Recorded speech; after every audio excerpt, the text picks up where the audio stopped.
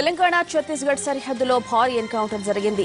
8 మంది నక్సలైట్లు చనిపోయారు. ఛత్తీస్గఢ్లోని బీజాపూర్ జిల్లా నిమ్మల్గూడ, తెలంగాణలోని చర్ల మండలం బొత్సలంక గ్రామాల మధ్య అటవీ ప్రాంతంలో ఎదురు కాల్పులు జరిగాయి.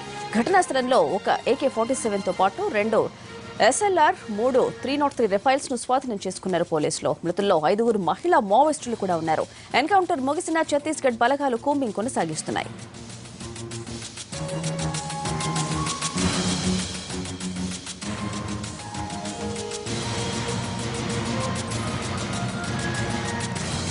ఎన్కౌంటర్ పై మరిన్ని వివరాలు మా కరెస్పాండెంట్ రమేష్ పైట్ల అందిస్తారు. రమేష్, చర్ల ఏజెన్సీలో మావోయిస్టులు పోలీసుల కాల్పులపై అప్డేట్స్ ఏంటి?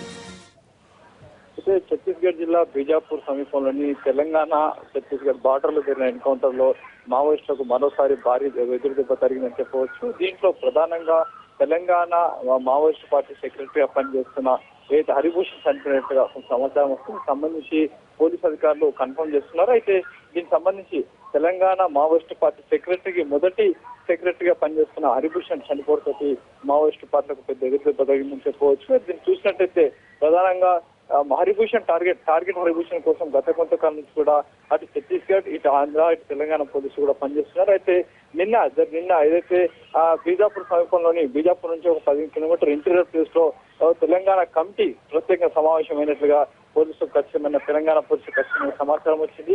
ఈ సమాచారం మేరకు ఒక జాయింట్ ఆపరేషన్ కేంద్ర బలగాలతో పాటు ఛత్తీస్గఢ్ పోలీసులు, తెలంగాణ పోలీసులు మొత్తం 3 కలిసి ఒక జాయింట్ ఆపరేషన్ నిర్వహించగా నిన్న రాత్రి 7 గంటల నుంచి ఇవాళ ఉదయం తెల్లవారుజాము వరకు జరిగిన ఎన్కౌంటర్ లో మొత్తం 8 చనిపోయినట్టుగా అధికారులు నిర్ధారించారు. దీంట్లో ఖమ్మం జిల్లా సెక్రటరీగా పనిచేస్తున్న లక్షలతో పాటుగా ఇతను ఏదైతే మావోయిస్టు తెలంగాణ పార్టీ సెక్రటరీ అయిన హరిభూషణ్ కూడా చనిపోయినట్టుగా కన్ఫర్మ్ అయింది. దీనికి సంబంధించి మరోవైపు ఒక సెక్రటరీ చనిపోయిన తర్వాత పరిణామాలు తీవ్రంగా ఉండే ఒక అవసరం ఉంటుంది. కాబట్టి ఈ నేపథ్యంలో తెలంగాణ పోలీసులు ఒక అత్యవసరంగా ఉన్నత స్థాయి సమావేశం ఏర్పాటు చేశారు.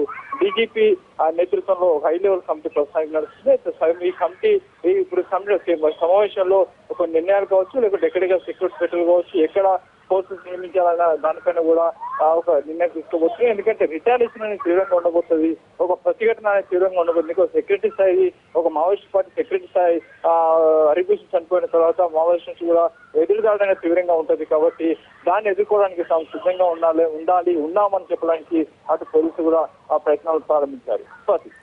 Right Ramesh, thank you.